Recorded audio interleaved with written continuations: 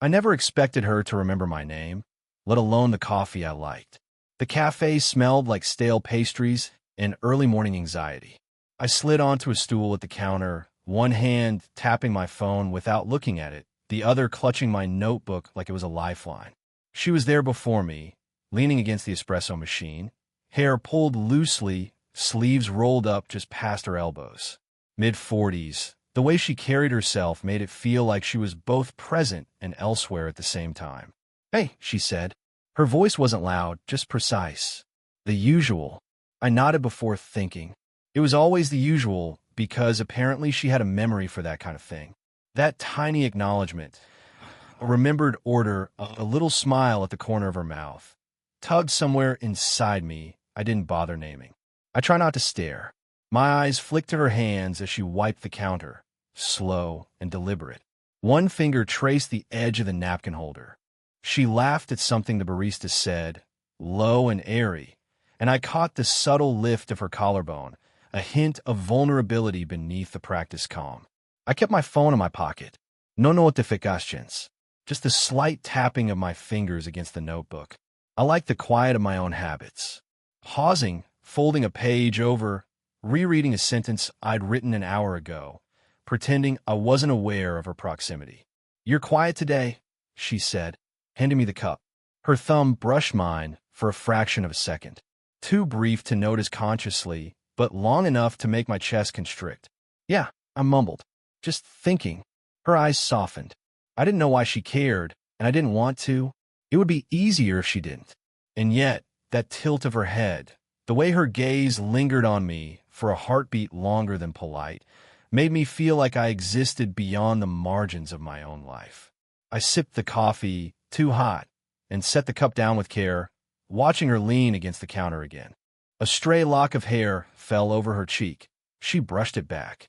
She didn't notice me noticing. Maybe she never would. I thought about texting her once, sending something that made no sense, a joke about her favorite pastry, maybe even something foolishly personal. I didn't. My thumb hovered over the keys and then retreated. Silence felt safer. The cafe started to fill. Conversations rose around us. I watched her interact, friendly, warm, careful, and imagined the life she had when she wasn't smiling at me over a latte.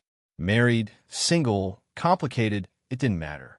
I was just a spectator in the spaces she allowed herself to occupy near me. And then she said, "I have to run. My car is giving me trouble." Her eyes met mine again, and there was something in the glance, fleeting, that made me pause mid-thought. I nodded, unsure of what to say. See you tomorrow." "Maybe," she said, voice light but deliberate, as though she weighed every syllable before letting it escape.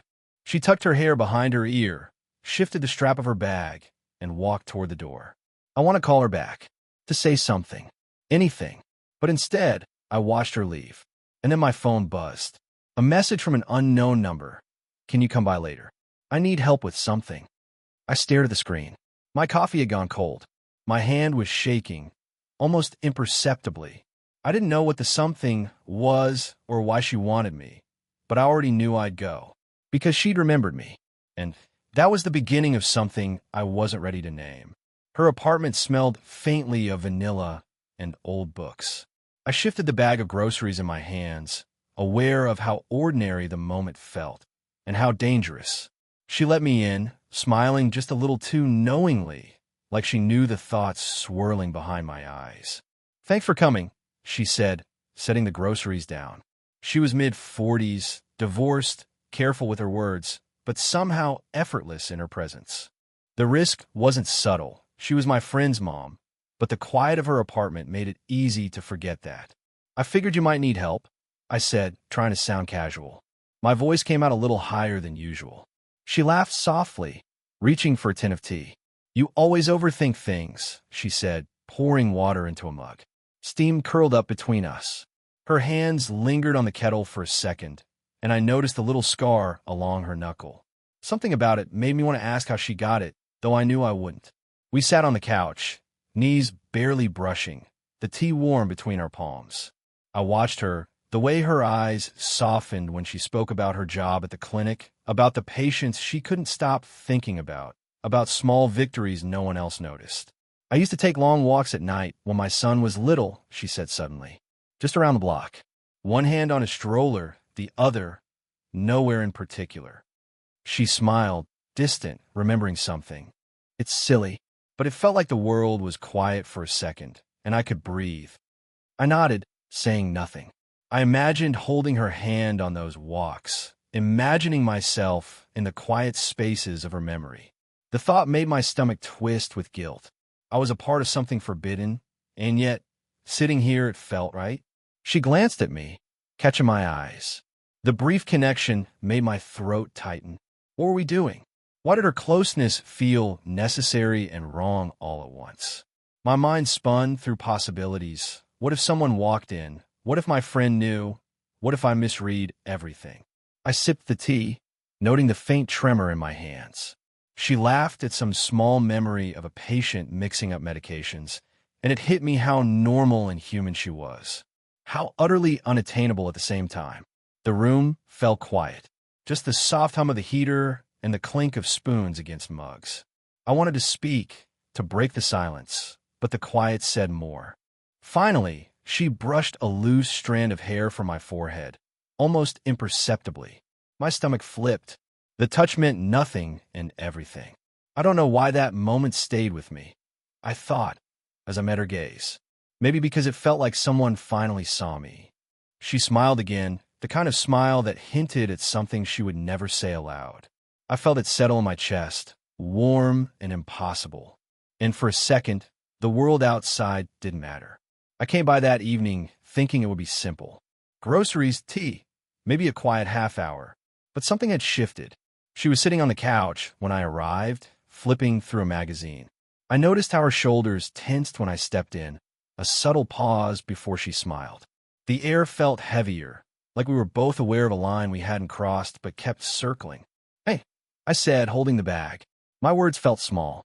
"Hey," she answered, a flicker of hesitation in her eyes.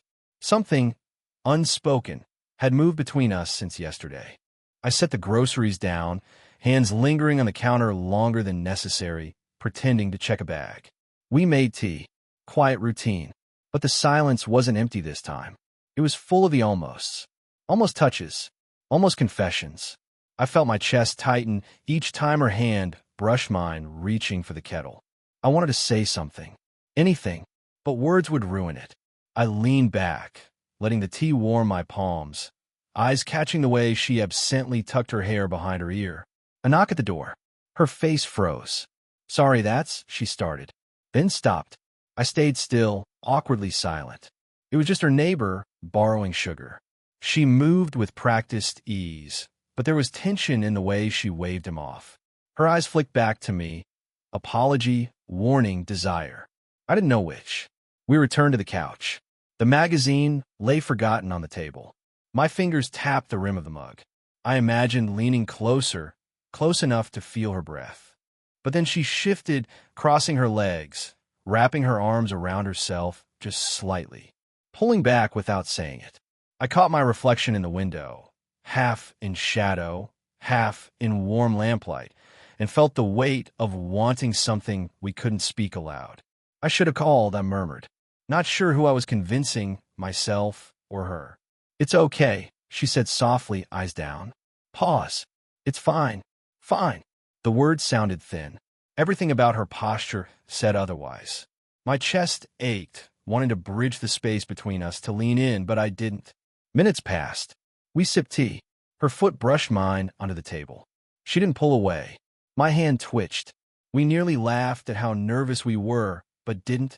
I could almost feel the moment stretch, a heartbeat where everything might have happened. A near confession, a half step closer. Her gaze caught mine, unsteady, searching. My own eyes refused to look away. The kettle whistled. She jumped slightly, smiling weakly, but it didn't erase the tension.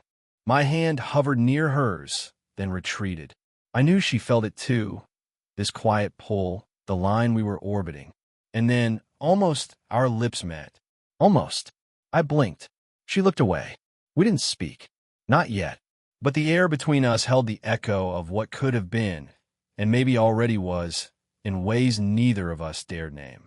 We walked along the quiet street behind her building, the city lights blurred by a faint drizzle. My jacket was too big, her scarf too small, but neither of us mentioned it. The air smelled of wet asphalt and the faint perfume she always wore. "I saw him today," she said, voice low, almost swallowed by the night. My stomach flipped. I didn't ask who. I didn't need to. I knew. A friend, my friend. The one who made this complicated. Was it awkward? I asked, trying to sound casual. She shrugged, hands in pockets. Not exactly, but it reminded me how little control I have sometimes. Pause. She glanced at me, quick, searching, then looked away. I wanted to reach for her, touch her hand, say something that made it all easier. Instead, I walked closer, careful not to step too near. My pulse thudded in my ears, loud in contrast to the quiet rain. "I don't," she began, then stopped. Something fragile trembled in her voice. "I don't want to do something I'll regret." I started, but the words tangled. How could I explain that every thought of her felt both wrong and inevitable? That every glance was a small fracture in my day. She paused at a bench, sitting down, letting the water drip off her coat. I stayed a step away, hands in my pockets. Silence stretched. Not uncomfortable, exactly, but heavy. Full of things neither of us dared name. "I think about it," she said finally, voice almost a whisper. "About us. And I shouldn't." My throat tightened. The raw honesty caught me off guard. I wanted to tell her the same, to admit how often I replayed the small moments. Her thumb brushing mine, the way she laughed at nothing, how her scent lingered in my notebook pages long after she left. But I didn't. I let it hang. Words would ruin this fragile balance. Her hands gripped the edge of the bench. Her gaze flicked toward the street, then back to me. "I'm scared," she admitted, soft, almost inaudible. Pause. Of losing control. Of losing everything that matters. I swallowed. My own fear mirrored hers. That fear of crossing a line we couldn't uncross. Of feeling too much, too fast. My hands wanted to reach out. My lips wanted to say something. Something dangerous and honest. Instead, I leaned against the railing behind her, close enough to feel the warmth from her coat, but not enough to touch. My fingers itched. My mind raced through scenarios, all unfinished, all impossible. The rain slowed. Streetlights reflected off puddles. The world felt still, private, ours for a heartbeat. She shifted slightly, eyes catching mine. The quiet confession, the almost truths between us, the tension we'd carried for days, all condensed in that glance. And then she asked, without words, with just a tilt of her head and the faintest sigh, "What happens now?" I stopped by like I always did, but the door stayed closed. The faint smell of rain lingered on the doormat, but no lights flickered inside. My hand hovered over the knob, half expecting her to appear, a smile playing at the corners of her mouth, brushing off some trivial excuse. But nothing. I tried calling. No answer. A message. Unsent. I stared at it longer than I should have, thumb hovering, then deleting it. Not tonight. Not now. The next day, she showed up at the cafe, but she was different. Polite. Guarded. The warmth I had leaned on vanished, replaced with a thin, careful distance. She ordered her coffee without looking at me, and I noticed the subtle tension in her hands as she twisted the napkin. I tried small talk. "Long day." "Yeah," she said, voice clipped. A pause that didn't quite reach humor. "Lots of paperwork." I wanted to press, to ask what happened. But her eyes skirted mine, brief glances that told me more than words could. Something had shifted, something she didn't say. And I could feel it in the tightness around her mouth, the way her fingers lingered on the cup as if it were a shield. I imagined every possibility. Maybe an ex called. Maybe her son needed her. Maybe I had overstepped, and she was retreating before I even noticed. Each thought spun faster, tangled with the memory of her last smile, her thumb brushing mine, the half-confessions we had shared. The cafe routine became a small battlefield. I kept showing up, hoping for an unspoken reconciliation. She kept her distance, small gestures polite, nothing more. Silence between us stretched longer than ever. Every glance carried the weight of could-have-beens and what-ifs. At home, I stare at my phone. I drafted messages I didn't send. A single line that could bridge the gap or ruin it entirely. Words typed and deleted again and again. My chest felt hollow, like I was waiting for something to happen that never would. I thought about her sometimes at night, replaying the small touches, the way she had leaned on the bench, the near confessions, the almost kisses. And now, none of it felt real or tangible. Just paused. I didn't feel heartbroken. I felt paused, like life forgot to finish the sentence. The bench we had sat on last week was empty when I passed by. Her coat was gone. My imagined conversations dissolved into the drizzle. I wanted to knock, to open the door I hadn't yet, to demand clarity. But I didn't. I just walked past, hand in my pocket, tracing the edge of the bench as if it could answer questions I couldn't ask aloud. Her chair remained empty. My coffee grew cold, and I realized that some things couldn't be rushed. Some confessions waited for the wrong moment, or the right one that never came. I found her in the kitchen, lights dim, kettle steaming. The apartment smelled faintly of lemon cleaner and wet coats. She didn't look up when I came in, hands busy folding a dish towel. But I knew she sensed me, just as I sensed her pause when I stepped closer. "Hey," I said, voice low. She glanced at me, just briefly. "Hey." Nothing about the moment shouted drama. Nothing crashed or broke. But every small movement, the tilt of her head, the way her fingers lingered on the towel, carried weight I couldn't name. I wanted to ask why she'd pulled away, why the messages stopped, why every routine had shifted. But words felt heavy, dangerous. I wasn't sure I could bear the answer. I came by," I said, voice catching, because I stopped. My own courage betrayed me, tangled in the risk of losing her completely. She set the towel down, finally looked at me, fully, and the wall came down just slightly. Not entirely, not fully, but enough to let the air between us vibrate with everything we hadn't said. I was scared, she admitted, quiet. Scared of what this would mean. Scared of losing control. I nodded, swallowing hard. "Me too," I whispered. Pause. "But I've thought about you every day." Her eyes softened, and for a heartbeat, she let herself be seen. The hesitation lingered, because we both knew what was at stake. Friendships, boundaries, unspoken rules. But we were here anyway. She stepped closer, close enough for our knees to brush. Close enough for a heartbeat to stretch between us, full of possibility and restraint. I could feel her breath, smell her faint perfume, the warmth of her coat near mine. "I don't know what happens next," she said softly. Pause. "But I wanted you to know." I nodded. The ache of wanting, the fear of consequences, all tangled together. And yet, it felt like a relief, saying it aloud, letting the truth rest between us without pressure. I reached out, lightly brushing the back of her hand with mine. She didn't pull away. Not immediately. Just a subtle shift, a tiny acknowledgement that the space between us had changed. We stood like that for a long second, neither of us saying more. No declarations, no grand promises. Just presence. Finally, she gave the faintest of smiles, just a twitch at the corner of her mouth, enough to soften the tension, enough to say okay, without actually saying it. And I realized that sometimes the power of connection isn't in the words shouted or the gestures made in desperation. It's in staying, in letting someone see you, in accepting the quiet, precarious truth of the moment.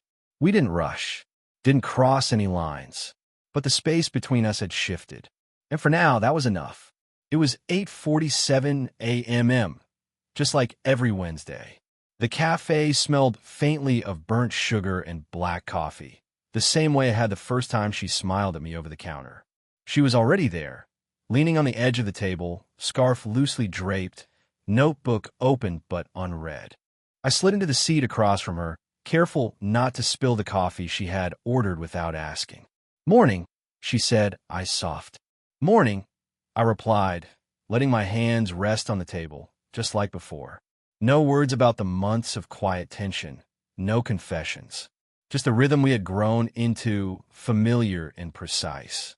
We sipped our drinks. Mine black, hers a careful blend of green tea. The steam curled between us, carrying a comfort I hadn't realized I'd missed so deeply. "I picked up that book you left at my place," she said, sliding a worn paperback across the table. My thumb brushed hers as I took it, and for a second, the old thrill, the tension, the almost moments from before, rose and fell in a single heartbeat. "I was going to return it," I said, voice low. "I know," she replied. Her smile didn't need to be explained. It held everything: apology, understanding, acknowledgement of the quiet patience we had both practiced. Outside, the rain began again, faint and steady. I noticed the bench across the street, the one we had sat on months ago, drenched in drizzle, confessing fears we didn't fully name. Now it was empty, waiting, ordinary, patient. We lingered, letting the quiet stretch between us, comfortable this time. Not tense, not charged, just warm. She folded the napkin beside her cup, flicking her eyes toward mine without saying a word. I folded mine, returning the glance. That small exchange carried more weight than anything shouted or scripted. Time passed unnoticed. Footsteps, a door opening, the barista calling out an order. Life moved around us. And yet, in this ordinary morning, we had found the kind of peace that doesn't need grand gestures. I thought about all the near misses, the bench, the unsent messages, the pauses, the rain, the kettle, the half-confessions. All of it threaded into the small moments we could now share without fear, without hesitation. She sipped her tea and finally said, softly, "I like this. Just like this." I smiled, simple, real. "Me too. No fireworks. No vows. No dramatic conclusions. Just the quiet knowledge that we had earned this. That the fractured tension of months had settled into something gentle, something human, something ours." And later, when I walked her to her door, she turned back and said nothing. Just a look, a soft exhale, eyes that said, "You know." I stepped away, watching her disappear inside. The night air smelled of rain, pavement, and faint perfume. I didn't need to speak. We understood each other in the small pauses, in the habitual glances, in the shared cups of tea, in the quiet warmth that now filled the space between us. And I thought, some things only make sense in the silence between words.